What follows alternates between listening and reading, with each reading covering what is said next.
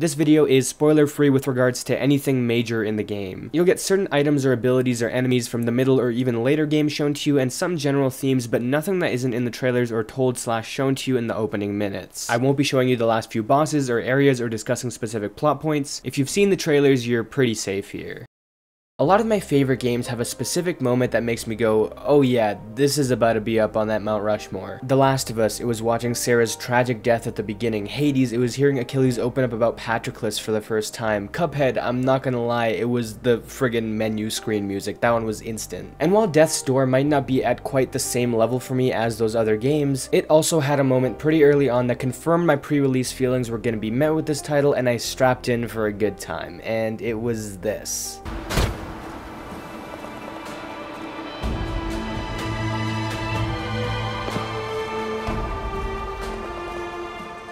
Death's Door is polished, funny, relaxing, and not without its more intense moments, and it's able to convey a lot of those traits with the smallest of the things it does. I'm a huge fan of games that have good action, good humor, clever and interesting world building, fun characters, a unique style, and interesting secrets to find. Whether they're physical items or rooms, or logs that allude to the world's more sinister underbelly, and Death's Door really took me to the side and said, dude, I got you, don't even worry. But before I get too wrapped up in all the best parts of this game, we gotta take a quick step back. I'm a positive guy. I like talking about what I like. This is a real life picture of me actually. You might have seen me in some inspirational posters or whatever that are they're about being a positive guy, because that's what I am. But I can't not talk about the parts of this game that didn't work as well for me, so before we break this down, let's rattle off some of the negatives. The difficulty curve goes like this. Parts of this game start feeling a little easy, parts feel just right, and the end feels like it skyrockets upwards. I died more in the last hour than I did in the entire game times 7. Don't get me wrong, the game isn't unfair in the end, and I actually enjoyed the challenge, but it feels like it comes out of nowhere. A smoother curve would have definitely helped the gameplay feel more satisfying all the way through, instead of some sections feeling a bit mindless and not the most engaging combat-wise. The hookshot spell, or meat hook as I call it, should have been available from the start for combat. It's the last spell you get, and the majority of the game is already done by that point, and while I'm fine with that for traversal, the meat hook was a really fun combat tool that made the whole system more dynamic, and I really would have liked it if I could have used it the whole time, and then the upgrade at the end was just for the ability to hook it onto these anchor things. More bosses should have been present in the middle of the game. The middle stagnated a little bit, not with the world or the characters or the majority of the best elements, but a good 3 to 4 hours of an 8-hour game you fight like one really easy boss and one easy, more concept-based boss, and I think spacing these out a little bit because they're really front and back loaded, just like spacing out the difficulty better would have helped with the overall flow. And that's really about it for the isolated issues. Every issue I have is pretty minor and we got most of them out of the way there, and there are other small things that I want to talk about, but that's better in the context of a larger discussion. So I guess with that, let's transition into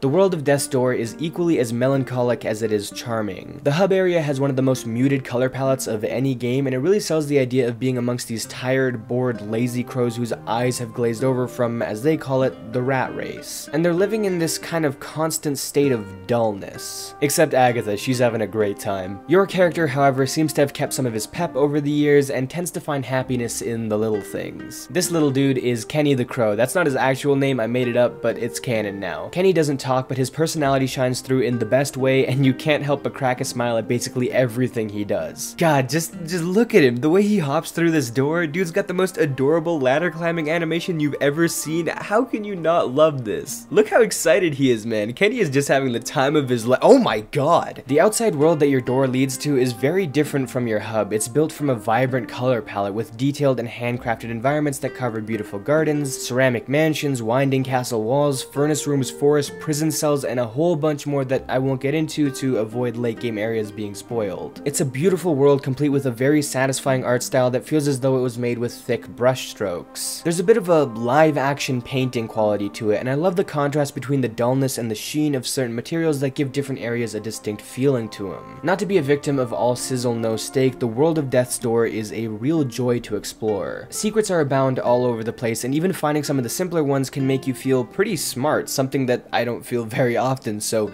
the game must be like magic or something. The more you play, the more you realize just how much there is hidden in this world, and as of this review, I haven't even found all of it myself. I'm still steadily making it through. Some secrets are simply tucked away in little corners, others take a page out of the Metroidvania playbook and present you with an obstacle that can't be passed until you gain a certain ability later on. Some are found through riddles on plaques or items, and some are told to you by this chef who gives you a clue as to where you might find them. Plus, there's some post-ending content tucked away for you to find and collect, which lead you to the secret ending, and obviously I won't show that here, but you get it. This world is packed with way more content than you might think. I thought I was being pretty thorough in my playthrough, but it turns out by the time I beat the game, I still had 25% undone, and I only had 3 of what I think are 16 shards. These things are really tough to get. Sometimes they put you through a timed puzzle section, sometimes you have to be really eagle-eyed and realize there's something fishy in the room you're in. I found this one when I tried to move forward on a ledge and was stopped by something, and I realized that reflections of pots that unlocked doors were on the floor, and smashing these opened a reflected door, and I walked through its non-reflected counterpart, and would you look at that, I went straight through the wall. The only issue I have with the shard system though is that a lot of these can't be found until you have abilities that you get really close to the end of the game, so by the time you go back and explore, some extra vitality or magic is basically straight up useless. But to me, the fun was in finding this stuff, not necessarily what it did for me. Exploration is really rewarding, and it's made even better by the music. Death's Door is very capable of throwing out some bangers during intense combat gauntlets or boss fights, just absolutely getting your blood pumping. Avarice and a few bosses have some absolutely bopping music, but during normal exploration, the game sticks mainly to a simple piano melody. It hits the perfect sweet spot for exploration music. It's not so background that you don't notice it, but it's also not overbearing. It sets the tone well and was honestly really relaxing. For how much action this game has, it's really more of a pleasant experience than an intense one, and the music and pace of exploration are definitely key to cultivating that feeling. And speaking of action, let me see here. If I'm not mistaken, I think the next section might be...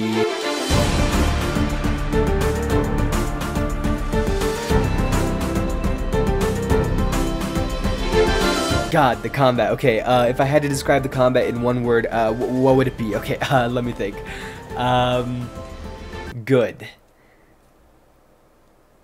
Well, that was a bit anticlimactic. As a hack and slash game, Death's Door does a really good job in my opinion. It's missing a parry mechanic that would have made an impact on how locked in I was and how much risk reward was available, but there's nothing wrong with a more stripped down system. You have a light and heavy attack. The heavy requires timing and space to pull off, so it makes you think before using it, or you can trust your spatial reasoning skills and hit enemies with a rolling heavy attack. That does require a bit of precision though. The basic swings have a really good impact to them, and this is helped a lot by the sound design and the visual indicators that your attack has landed. This is usually pretty make or break in combat games, and I guess call Death's Door Steph Curry on the free throw line because it's a make for sure. Yeah, I watch sports, touchdowns and shit. You have a few spells that you get throughout the game. I mentioned the meat hook earlier, and this is just a super fun tool that's pretty life-saving with some of the final boss fights, but it's also great for zipping around, kind of fighting like you do in Doom or Spider-Man, but I'll admit it's not quite as snappy or fast as it is in those games. Still fun though, I wish it was given a bit sooner. You have a fireball, an arrow, and a bomb on top of that. The latter requires 2 of your ability slots to launch, and the others need 1 or 0 in the case of the meat hook. The bomb also charges up slower, so you need to think very carefully about when you should use it over the fireball, for example. And then your last combat option is to send enemy projectiles careening back at them. This isn't the most intuitive or robust system ever, but as far as hack and slash goes, it's pretty solid and it feels really good to control. I know SkillUp mentioned in his review that he found the combat a bit lacking and on the cheesier side, but my personal experience was that while early sections of the game were pretty flat combat-wise, not enough to make it boring mind you, but definitely not particularly a great experience either, as the difficulty ramped up, the game became way more fun. Like I said at the beginning, if this game kept ramping up its difficulty in a normal way, its combat would have felt amazing. You can perfectly dodge out of harm's way at the last second, but you can't dodge out of an attack that's too far in, so you can be aggressive, but it stops you from button mashing. When I was against an aggressive melee enemy with decent range, it was an awesome feeling to duck in there, unleash hell, recognize an attack was coming, and roll out of the way and continue. I actually thought the dance was pretty fun and fluid and not as stilted or as clunky as this review made it out to be, but of course, that's just differing opinions, both are valid. I will say though that while I enjoyed all the weapons and I could play pretty aggressively with all of them, my hyper-offensive playstyle was definitely the most compatible with the double switchblade weapon. I was able to attack quickly and roll out of the way at a moment's notice, and with some late fights and especially some of the last bosses, I had a blast with this weapon. Death's Door doesn't do anything remarkable with its combat, but there are tons of moments where that doesn't matter, and the scenarios, enemies, and micro strategies come together to lead to a really fun action experience. I just wish it was able to stop itself from going back and forth between serviceable and really fun by giving me more of an appropriate level of challenge across the 8 to 10 hour adventure. Like I said, no part ever felt unfair, even with the massive spike in difficulty at the end, so my beef isn't that I ever got frustrated, it's that at some points I definitely wasn't as engaged in the combat as I could be. Overall, this is a positive of the game in my eyes. I just can't bring it from good to great because it fumbles the ball for a few short stretches. The enemies themselves are super well designed, and while mechanically we aren't getting anything super original, I at least appreciate the visual changes from level to level when it comes to a few more common enemies. I'd classify this almost the same way as I would the combat. It's not too complicated, but pretty effective. There's some fun ideas thrown here and there, visually they're great, and anytime multiple enemies are thrown at you at once, especially when one is more of a brute type foe, is when everything starts clicking and they become really fun to fight. As for the bosses, this game absolutely knocks it out of the park when it comes to their visual designs. I mentioned in my E3 Indies video how sick this castle looked, and would you look at that? The castle does indeed look sick. The boss ideas are pretty unique, and you'd expect nothing less from the developers of Titan Souls, and the only fight that I didn't like was the one against the frog. This was the boss that felt the most like a concept in both of his phases, rather than just an outright hand-to-hand adversary, and while concept bosses can be cool sometimes, this one was super easy and super long to the point that I thought I might be missing something because it took me so much time to kill this thing, and it repeated the same very easily avoidable 2 moves for like 5 minutes. It was weird. I would classify most of the main game bosses before the last hour or so as solid. They looked great, but they typically had a small moveset and posed very little challenge. On the other hand, the final string of bosses are incredible, though in fear of spoiling anything, I won't show them here. The difficulty shoots up, and this is where the combat feels the best. The boss movesets still aren't the most complex, but you have to be fast and make the most out of openings. And more than just that, the visual design and also sometimes the surprise factor and stories behind the last couple of bosses are show-stopping. I was pretty giddy at one of them and how it was presented, and that boss also has one of the sickest boss arenas ever, despite, or more accurately because of its minimalism and how the colors clash. Another split the boss into 2 parts. One was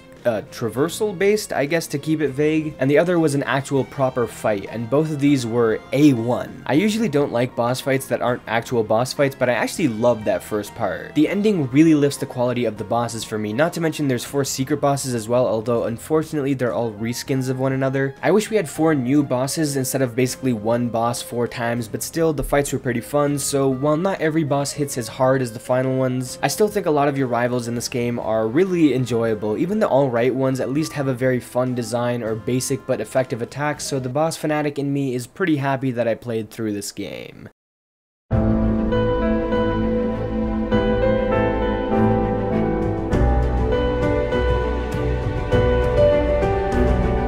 The real highlights of Death's Door for me were its occupants and the story and world building that centered around those characters. The premise of the game, which was revealed in early trailers, is that people have stopped naturally dying up on the surface for some reason, and it's your job as a Reaper to claim their souls and fix that issue. Which gives an actual reason as to why all of these weird, gigantic, demonic bosses exist, and I always love it when small things like that are part of the lore in a game. As you go through, you find some sort of hidden, sort of obvious little journal entries and other tidbits of information that give you some more insight into your employer and all the fishy stuff that's been going on behind the scenes. I like these a lot because they kept me interested in the main plot as I went through the middle section of the game, which was more focused on smaller stories. Be it the sometimes tragic and sympathetic, sometimes cruel and ill-intended reasons behind why certain characters were blessed or perhaps cursed with unnaturally long lives, or the even smaller stories about forest creatures who've lost their instruments, or people who've intentionally strapped a cephalopod to their backs, or some guy who has a pot for a head. And the writing is so sharp and funny in all these sections that you can't help but have these characters stick with you even when your run-ins with them are not exactly lengthy. The crow on screen right now is one of the characters I remember the most vividly from the game, and you don't even have a conversation with him, you just listen to his sorrow for a hot second and that's all. The characters in this game have such a wide range. Sometimes they're sad characters that make me feel sad, like this Gravekeeper who you meet really early on. Minor spoilers here, but you find this info out within the first like 10 minutes. He recounts his tragic past and gives a different perspective on immortality than your foes. While they cling to life, he wishes for and embraces death, but it never comes for him. Just a few paces to his right, you'll find a headstone and an empty hole, and it'll click with you.